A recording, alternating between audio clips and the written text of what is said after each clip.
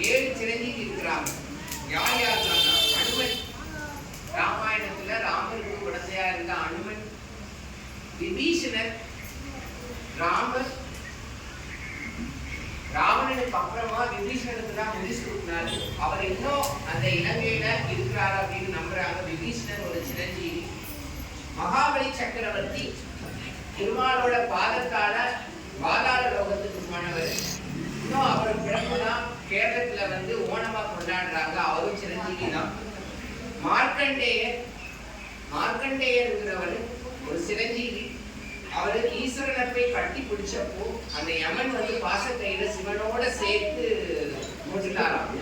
அதான் அமிர்த கடேஸ்வரர் அப்படின்னு சொல்லி இருப்பாங்க. அந்த கோவிலுக்கு போனா நமக்கு ஆயுள் நீடிக்கும். திருக்கடையூர்ல அந்த அமிர்த கடேஸ்வரர் மார்க்கண்டேயர் இருக்காங்க. வியாசர் மகாபாரதத்தை எழுதினவர். எங்கெல்லாம் நம்ம பாரதம் படிக்கிறோமோ அங்கெல்லாம் அந்த வியாச பகவான் ஆவாகனம் ஆயிடுவார். அதனால அவரும் சிரஞ்சீவி. பரசுராமர் பெருமாளோட தசாவதாரங்கள்ல அவரும் ஒருவர். அவரும் நம்ம மரணிக்கல. ராமநாமம் எங்கெல்லாம் இருக்குதோ அங்க அனுமனும் பரசுராமரும் அங்கெல்லாம் இருப்பாங்க.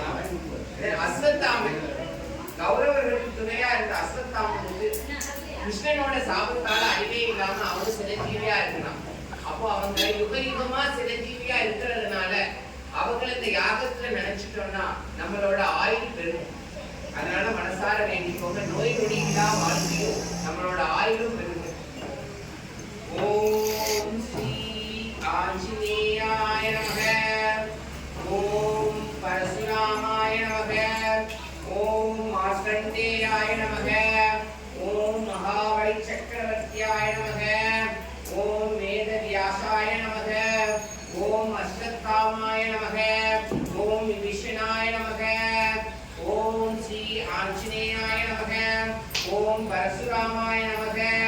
ஓம் மார்க்கண்டேயாய நமக. ஓம் மகாபலி சக்கரவர்த்தியாய